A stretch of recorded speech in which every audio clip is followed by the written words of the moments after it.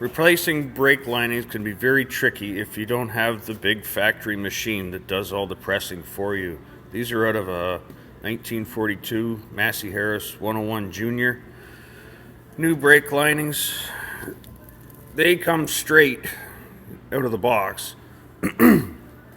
So first thing, get them clamped on there with one of these or two of these so that they follow, and make sure that all the holes line up.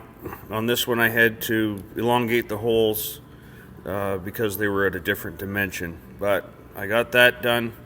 And then the trickiest part is doing the riveting, especially if you're working by yourself. So I have come up with this idea. It's clamped in the vise, and if we go around here, you'll see that the head of the rivet is actually sitting on a punch that's held in the vise. So there is a gap between the vise and the lining. And then over here, there's a spacer so that it's sitting nice and flat so it doesn't damage the linings, and it's sitting nice and straight. So the large C-clamp vice grip is holding everything tight, and when it is tight, it's pushing down on the steel against the head of the rivet and squeezing the lining tight. So it's working very well.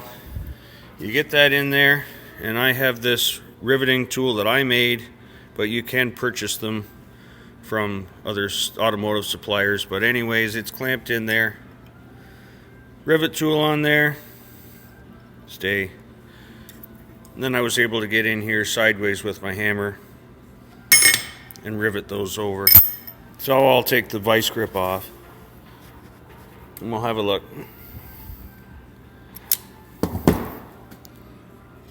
So that's how it works.